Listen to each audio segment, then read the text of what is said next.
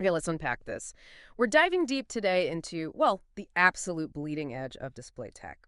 Specifically, refresh rates. We've seen these numbers climb for years: 120 hertz, 144, 240, even 360. It's all about smoother motion, faster response, getting that competitive edge. But now there's this claim, this number that seems almost unreal: 720 hertz. So, our mission here is to take the source material you shared this article looking into a reported breakthrough from a company called SDC and really figure out what this number means for you. Like, is this 720 hertz monitor even a thing right now? What are the actual details behind this claim? And I mean, why is 720 hertz such a potential game changer, especially if it's paired with OLED?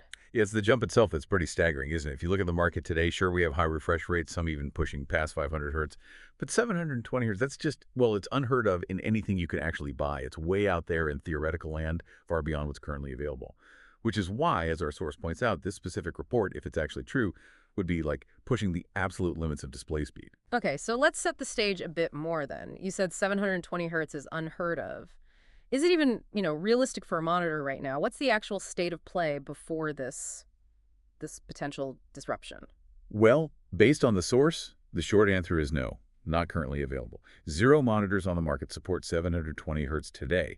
And interestingly, the source notes that most monitors pushing into that ultra-high territory, say 500 hertz and up, they're still mostly based on twisted matic panels. Yeah. TNT panels have, historically anyway, been the fastest for pure pixel response, even if you sacrifice a bit on, say, colors or viewing angles compared to other tech. Right, the trade-offs. Exactly. And the source actually gives a couple of examples of just how high TN has managed to climb. There's MSI's MPG 242RX60, which uses something they call rapid TN to hit 600 hertz. That's pretty recent. And then Asus has the ROG Ace XG248QSG, which can apparently even hit 610 hertz if you, overclock it. So while we are seeing faster IPS and mini LED and definitely OLEDs popping up in the high refresh space, until this report, none were really getting anywhere near that 700 hertz mark. OLED has its strengths for sure, but hitting the absolute peak refresh rate hasn't typically been its main claim to fame compared to the fastest TN panels. Which, yeah, makes this SDC claim even more interesting. This disruption, it's reportedly coming from SDC, described in the source as a Chinese display manufacturer, and they are apparently planning to unveil the world's first 720 hertz OLED monitor. And, it's probably worth pointing out how we're hearing about this. The source mentions these details surfaced via, of all things, a Reddit infographic. That's the kind of leak or early info that really gets the tech forums buzzing, right? Even if it's not like a formal announcement from the company yet, it's definitely the sort of thing that makes us want to dig in, which is exactly why we're doing this deep dive. Exactly. And that infographic, according to our source, it's surprisingly detailed with the specs it lists. If we break down what was apparently shown there, it suggests this panel is based on LG's fourth generation OLED tech, specifically using something called RGB tandem. RGB tandem. Okay, what's that about? Well, the source sort of implies it's a key part of next-gen OLEDs. Think of it like layering the organic light-emitting diodes themselves. This layering, it helps boost brightness and can apparently really extend the panel's lifespan.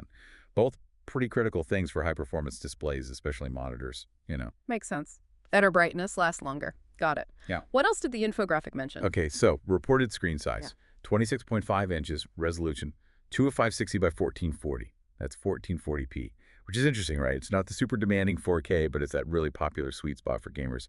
Balances detail and performance. Yeah, 1440p is huge right now. Then, the big one, the refresh rate.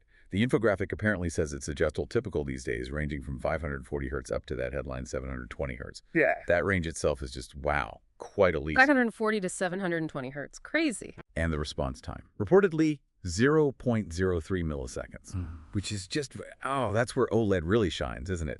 That number means near-instant pixel changes. Absolutely crucial for killing motion blur and ghosting, especially when you're talking about refresh rates this high. If motion ever looks smeary, a response time like that is the fix. Okay, so blazing fast response. What about brightness and color? Also pretty impressive specs reported. Peak brightness of 1500 nits.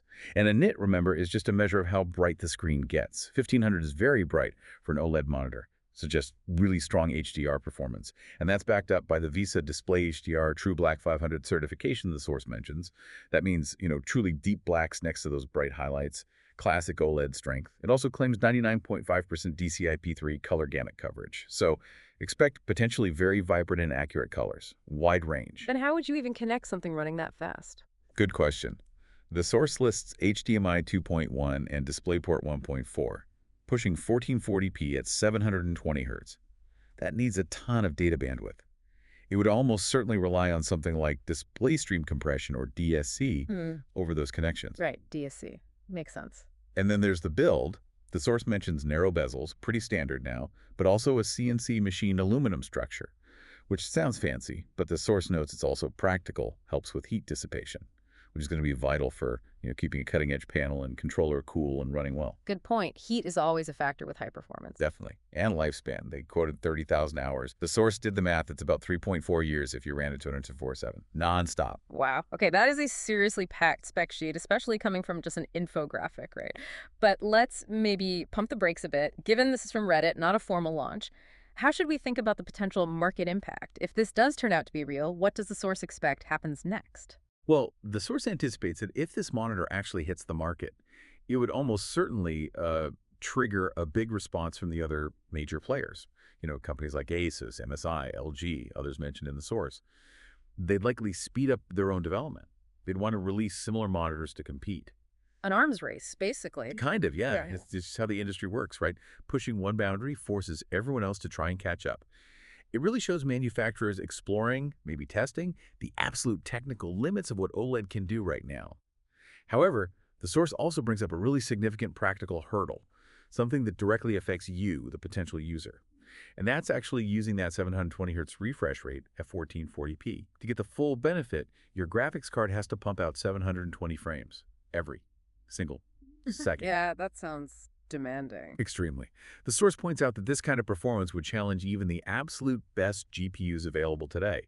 It even mentions NVIDIA's upcoming GeForce RTX 5090 as the kind of future hardware you might need just to properly test the limits of a monitor like this in demanding games. That's such a critical point. You can have the fastest screen ever, but if your PC can't feed it frames fast enough, what's the point? It really puts the pressure back on the whole system, not just the display itself.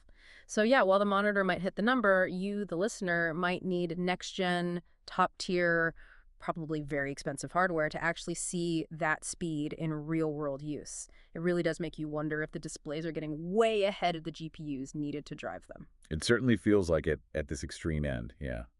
And speaking of extreme and potentially expensive, let's talk cost. The source speculated on that too. Right. What was the guess? What's the sticker shock potentially look like according to the source in that infographic? So the initial estimate mentioned was around $1,000 US. Yeah. Or about 1.3 million Korean won. But the source is pretty careful to add that, if this monitor actually makes it through to a commercial launch, the final price could easily be higher, maybe significantly higher. $1,000 starting point, potentially more. Is that expected for this kind of cutting-edge tech? Honestly, yeah, probably. When you think about it, first of its kind, advanced OLED, with new tech like RGB tandem, hitting totally unprecedented refresh rates. A price starting around or even above $1,000. That lines up pretty well with what we usually see for early adopter, super high-performance PC gear. It's definitely not mainstream pricing, but for setting a new benchmark. Expected. Okay, so a potentially groundbreaking monitor, but likely with a premium price tag and needing a beast of a PC to run it? Pretty much sums it up.